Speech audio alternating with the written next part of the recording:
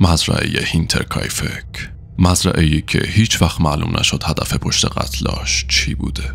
تو شب 31 مارس سال 1922 وقتی که 6 تا از اعضای خانواده توی مزرعه کوچیک تو منطقه باواریای آلمان زندگی می‌کردن، به طور مرموزانه‌ای کشته شدن. اونا یکی یکی به داخل طویله کشیده شدن و همشون به قتل رسیدن. قربانیای این جنایت آندریاس گروبر 63 ساله، ویکتوریا گابریل 35 ساله، کازیلیا گروبر 72 ساله و دختر ویکتوریا کازیلیای 7 ساله بودن. قاتل اول 4 تا از اعضای خانواده رو با یه بهونه میکشه تو طویله و با یه نوع تیشه کشاورزی که بهش میگن ماتاک تا حد مرگ به سرشون ضربه میزنه و به قتل میرسوندشون. این جنایت اتفاقای خیلی وحشتناکی پشتشه. قاتل بعد از کشتن 4 تا از اعضای خانواده میرن داخل خونه و خدمتکار این خانواده ماریا بومگاردنر 44 ساله رو تو اتاق خوابش و جوزف 2 ساله رو تو گهوارش میکشن. شواهد نشون میدن که کازیلیای بزرگتر تا چند ساعت بعد از حمله شدن به خودش و خانواده‌اش زنده بوده و تو ترس و اضطراب و شوک چند تیکه از موی سر خودش رو میکنه تا وقتی که بمیره. قاتل 3 روز تو خونه میمونه، غذای خونه رو میخوره، به حیوونا میرسه و تو بخاری خونه آتیش روشن میکنه. حدود 6 ماه قبل از این اتفاق وحشتناک خدمتکار قبلی خانواده کارشو ترک کرده بود. گفته بود صداهای عجیبی از زیر شیروانی خونه میشنوه و فکر میکرده خونه تسخیر شده است. تو ماه مارچ 1922 آندریاس گروبر یه روزنامه عجیب از مونیخ پیدا میکنه که نمیدونسته کی خریدتش. اول فکر کرده کار پستچی بوده، ولی بعد مشخص شد هیچ کس تو اون دور و بر اون روزنامه رو نخریده. دقیقاً چند روز قبل از قتل آندریاس به همسایه‌اش گفته بود رد پاهای روی برف تازه دیده که از جنگل می اومدن و مستقیم میرفتن به سمت یه در که قفل شکسته بوده و به اتاق ماشینالات مزرعه میرسیده. همون شب افراد خونه صدای قدم‌های یکی از زیر شیروانی میشنون، ولی وقتی آندریاس کل خونه رو میگرده کسی رو پیدا نمیکنه. با اینکه موضوع رو با چند نفر مطرح میکنه ولی هیچ وقت حاضر نمیشه کمک بگیره یا حتی به پلیس اطلاع بده. 4 روز طول کشید تا کسی متوجه قتلا بشه. روز اول آپریل 2 تا فروشنده قهوه به اسمای هانس و ادوارد شیروفسکی اومدن به مزرعه هینترکایفک تا سفارش بگیرن. وقتی کسی در رو باز نکرد و جواب نداد دور حیاط گشتن ولی کسی رو ندیدن. در انباری که مخصوص ماشینالات بود باز بود، ولی تصمیم گرفتن که برن و پیگیر نشن. تو اون چند روز بعد از قتل کازیلیا گابریل دختر کوچولوی خانواده بدون هیچ دلیلی به مدرسه نرفت و خانواده هم توی مراسم مذهبی روز یکشنبه شرکت نکردن که باعث تعجب مردم شد. روز 4 آپریل یه تعمیرکار محلی به اسم آلبرت هوفنر رفت مزرعه تا یه موتور رو تعمیر کنه. خودش گفت که هیچ کس از خانواده رو ندیده و فقط صدای حیوونا و سگ از داخل طویله میشنیده. بعد از اینکه 1 ساعت صبر کرد و کسی نیومد خودش دست به کار شد و تعمیر رو انجام داد که حدود 4 ساعت و نیم طول کشید. حدود 3:30 بعد از ظهر همون روز یه مرد محلی به اسم لورنس اشریت ناور پسر 16 سالش یوهان و پسرخوانده‌اش جوزف 9 ساله رو میفرسته مزرعه تا ببینن خبری هست یا نه. وقتی بچه‌ها برگشتن و گفتن کسی رو ندیدن، خود لورنس همراه با 2 نفر دیگه به اسمای مایکل پی و جیکوب راهی مزرعه شدن. وقتی وارد طویله شدن با صحنه وحشتناکی روبرو شدن. جنازه آندریاس گروبر، همسرش کازیلیا، دخترش ویکتوریا گابریل و نوه‌اش کازیلیا کوچولو همشون اونجا بودن و تو طویله رو هم چیده شده بودن. بعدش داخل خونه جنازه خدمتکار ماریا بومگاردنر و بچه کوچیک خانواده جوزف هم پیدا کردن. عصر جمعه 31 مارس 1922 خدمتکارشون ماریا بومگاردنر تازه رسیده بود به مزرعه. خواهرش هم باهاش اومده بود و بعد یه مدت کوتاه از مزرعه رفت. احتمالاً آخرین کسی بود که خانواده رو زنده دیده بود. ماریا فقط 1 روز اونجا کار کرد قبل از اینکه به قتل برسه. کمتر از 1 سال بعد از قتل و تموم شدن تحقیقات مزرعه به طور کامل تخریب شد تا اثری از صحنه‌های وحشتناک و خشونت‌آمیز باقی نمونه. وقتی ساختمون رو تخریب کردن شواهد بیشتری پیدا شد. یه کلنگ آغشته به خونه خشک شده که تو اتاق زیر شیروانی بود و یه چاقوی جیبی که بین کاه‌های انبار بود. بعد از تخریب مزرعه نزدیک محل سابق اونجا یه بنای کوچیک از بتون برای هینترکایفک ساخته شد تا یاد بودی برای قربانیای این فاجعه باشه. این پرونده تا امروز حل نشده باقی مونده و ازش به عنوان یکی از وحشتناکترین و مرموزترین جنایات حل نشده تاریخ آلمان به یاد میارن.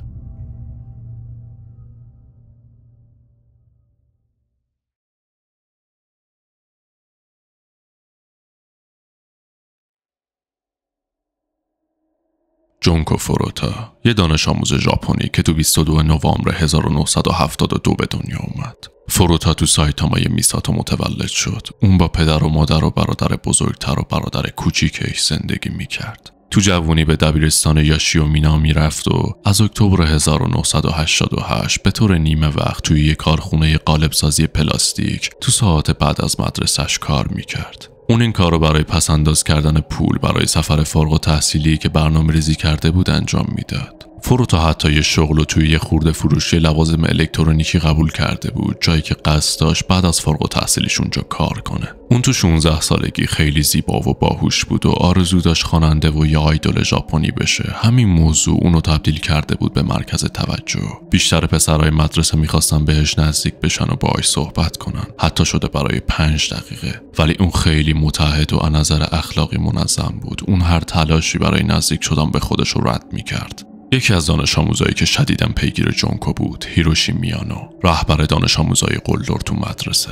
از دوران دبستان سابقه رفتارهای مشکل مثل دزدی از مغازه و آسیب رسوندن به اموال مدرسه رو داشت. اون تو آپریل 1986 توی یه دبیرستان خصوصی تو توکیو ثبت نام کرد، ولی سال بعد اونجا رو ول کرد. بعد از این اون به ارتکاب چند تا جنایت دیگه ادامه داد که به مرور زمان تشدید شد. اون یه عضو از باند یاکوزای ژاپن هم بود که قدرت و حاکمیت همه چیز تو کشور رو داشت، حتی تو خود دولت. البته هیروشی عادت داشت که از طرف دیگران طرد نشه. اون با دوست دخترش، خواهر بزرگتر یاسوشی واتانابه زندگی میکرد و به عنوان یک کارگر کاشی کار میکرد تا برای ازدواج با دوست دخترش پول پس انداز کنه. میانو که از دستمزد پایین این شغل ناراضی بود، با یک گنگستر درگیر شد و دوباره مرتکب جنایات‌های جنسی شد. این رفتارا بالاخره باعث شد دوست دخترش رو از دست بده و رابطه‌اش رو تموم کنه. میانو تو مدرسه از فوروتا درخواست رابطه کرد، ولی فوروتا قبول نکرد و باعث شد میانو عصبانی بشه و تصمیم گرفت اونو به خاطر این رفتارش سخت مجازات کنه. اون با 3 نفر از آدماش موافقت کردن جونکو رو بعد از تموم شدن ساعت مدرسه بدزدن. تو 25 نوامبر 1988 جونکو در حالی که 2 روز قبل تولد 17 سالگیش رو جشن گرفته بود، از مدرسه اومد بیرون و رفت سمت خونه. هرچند بعضیا میگن که بعد از مدرسه داشته میرفته طرف محل کار پاره وقتش، ولی هیچ وقت به خونه نرسیده. اون توسط یک گروه از جمله یه پسر 17 ساله به نام جو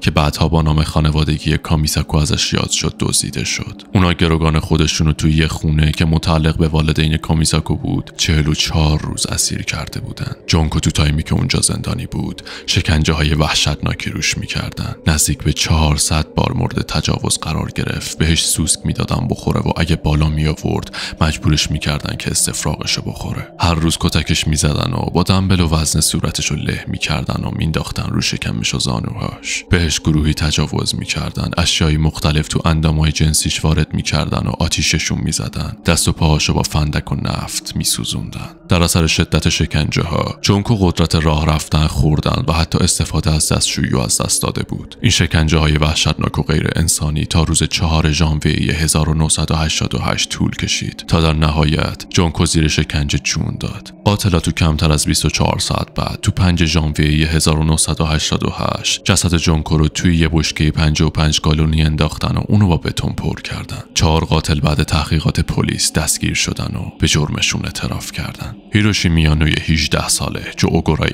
17 ساله، شینجی میناتوی 16 ساله و یاسوشی واتانابه 17 ساله. چون 18 سال و زیر 18 سال بودن اسمشون از طرف دادگاه اعلام نشد، اما چند تا خبرنگار بعدها اسمشون رو صفحه اول روزنامه ها چاپ کردن چون مردم واقعا عصبانی بودن. هیروشی میانو 20 سال زندان، جو اوگورا حدود 8 سال رفت کانون اصلاح و تربیت و بعدم به خاطر خشونت رفت زندان. میاناتو و واتانابه هم بین 5 تا 7 سال زندان گرفتن و همشون بعد از یه مدت آزاد شدن. هیروشی میانو بعداً اسمش تو سن 39 سالگی به هیروشی یوکویاما تغییر داد. جو اوگورای 18 ساله اسمش تو 26 سالگی به جو کامیساکو تغییر داد و شینجی هم تو 23 سالگی اسمش رو به میناموتو بوهارا تغییر داد. همه این قاتلا الان آزادن و آزادانه میچرخن.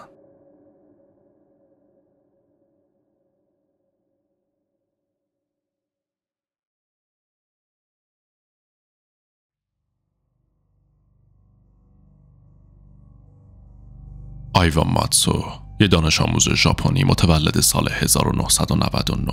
تو سال 2014 برای دیدن دوستش میره به آپارتمانش و بعدش با هم میرن خرید و وقتی برمیگردن خونه دوستش بیشتر از 10 تا ضربه با یه چکش فلزی از پشت میزنه تو سرش و بعد از اینکه بیهوش میشه با طناب خفش میکنه و بعد از اینکه میمیره سر و دست چپش رو از بدنش جدا میکنه و چند تا عکس از دست و لباس خونیشو پست میکنه و میگه میخواستم بدونم چه حسی داره وقتی کسی رو میکشی. کارم به قتل کشید. هر چقدر خونا رو پاک میکنم بازم ادامه داره. قاتل آیوا قبلا سابقه خشونت داشت. تو مارچ 2014 با چکش به پدرش حمله کرده بود. یه بارم تلاش کرده بود گلوی 2 تا از همکلاسیاشو ببره. یه گربه رو کشته بود و جسدشو کالبد شکافی کرده بود. مادرش 3 سال پیش فوت کرده بود و تنها تو آپارتمانش زندگی میکرد. تحقیقات مشاوره روانشناسی قبل از قتل هشدار داده بودن اگه درمان نشه ممکنه کسی رو بکشه. قاتل 15 ساله آیوا هیچ وقت به خاطر سن کمش اسمش فاش نشد. بعد از قتل پدر قاتل آیوا خودکشی کرد و تو فوریه 2015 3 کارمند مرکز مشاوره کودکا تو استان ناکازاکی به خاطر کمکاری تو وظیفه‌شون توبیخ شدن. قاتل رو برای ارزیابی روانشناختی تو مرکز قضایی نگه داشتن و نهایتاً هم به یه مؤسسه پزشکی اصلاحی انتقال پیدا کرد.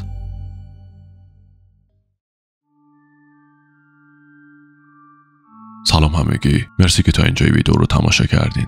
اگه داستان یا تجربه ترسناکی دارین که دوست دارین بخونمش میتونین به یورکرز استوریز برام ایمیل کنید و یا توی سوشال مدیا با ایدیتون برام بفرستین. بریم سراغ ادامه ویدیو.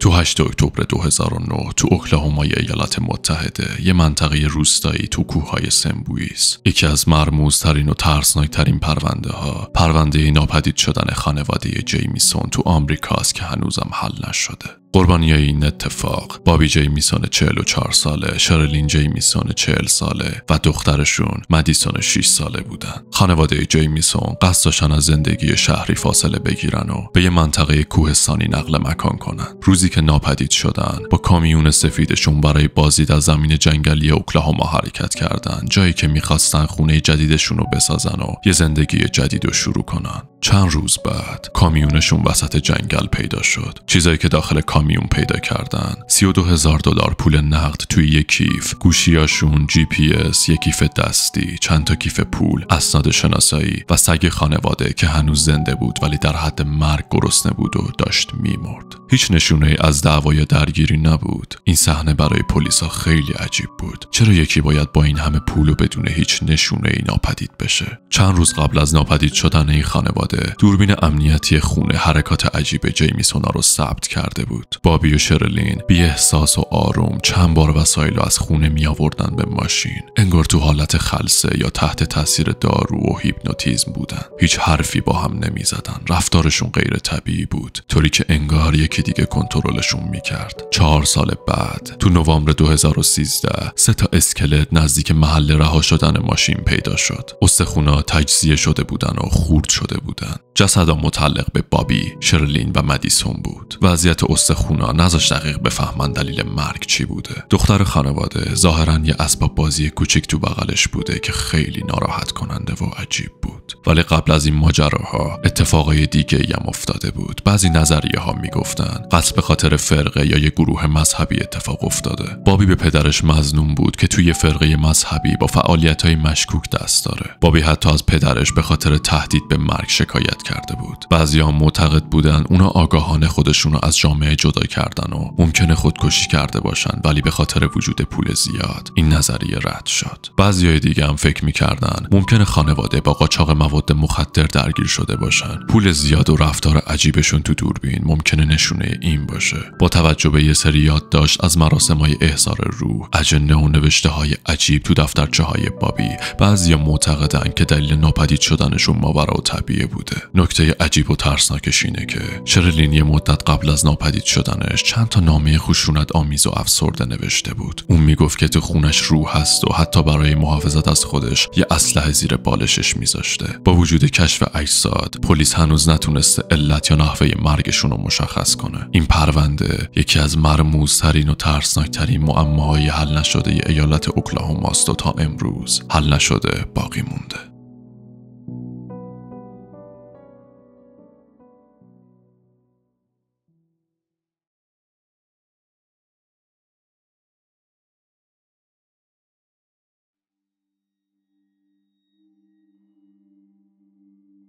الیزابت شورت، ملقب به دالیای سیاه. الیزابت شورت یه دختر 22 ساله بود که از شهر ماساچوست به لس آنجلس اومده بود تا بازیگر بشه. اون به خاطر لباسای مشکی و ظاهر متفاوتش بین اطرافیاش به دالیای سیاه معروف شده بود. تو 15 ژانویه 1947 یه زن تو جنوب لس آنجلس وقتی داشت با بچهش قدم میزد، بدن از وسط نصف شده یه زن رو زمین پیدا کرد. بدن از کمر به طور کاملا تمیز و حرفه‌ای نصف شده بود. جسد بدون خون بود، یعنی تخلیه خون کامل شده بود، احتمالاً توی یه محل دیگه. لبهاش با چاقو از دو طرف بریده شده بودن، شبیه یه لبخند. بدنش کاملا شسته شده بود. روی بدنش آثار شکنجه قبل از مرگ بود و چشماش باز مونده بود. پی تحقیقات پلیس خیلی‌ها مظنون و بازجویی شدن. بیشتر از 60 نفر اعتراف دروغ به قتل کردن. از اونجا که قتل خیلی تمیز و حرفه‌ای انجام شده بود، بعضیا باور داشتن که قاتل یا پزشک بوده یا سابقه پزشکی داشته. قتل به شدت مورد توجه رسانه‌ها قرار گرفت و پوشش جنجالی مطبوعات باعث تخریب شایعه‌ها و تئوری پردازی‌ها شد. جورج هادل، پزشک ثروتمند و عجیب تو لس آنجلس. سالها بعد پسرش استیو هادل، افسر بازنشسته پلیس، ادعا کرد که پدرش قاتله. دلیلش هم دفترچه خاطرات مشکوکش و عکس یه دختر شبیه الیزابت شورت بود. ظاهراً تو خونش آزمایشگاه و وسایل پزشکی هم بوده. مکالماتی که توسط پلیس ثبت شده که اون توش به قتل اعتراف میکنه، البته فقط زبونن. رابرت مانلی، دوست پسر سابق الیزابت، آخرین کسی که الیزابت رو زنده دیده بود. پلیس اون رو بازجویی کرد ولی شواهدی علیهش پیدا نشد. بعد از چند روز یه پاکت از قاتل اومد که توش عکس‌ها، کارت ویزیت و گواهینامه تولد قربانی بود. پاکت با بنزین تمیز شده بود، دقیقاً شبیه شستشوی جسد. نظریه ها این بود که قتل به خاطر روابط با افراد مهم و خطرناک بوده. قاتل الیزابت فیلم یا عکسایی ازش داشته که اون رو تهدید می‌کرده. رسانه‌ها با شایعه سازی باعث نابودی مسیر پرونده شدن. پرونده الیزابت شورت هنوز به صورت رسمی حل نشده و تو آرشیو قتل‌های حل نشده لس آنجلس باقی مونده. با وجود تلاش‌های زیاد، هنوز هیچ کس متهم یا محکوم نشده.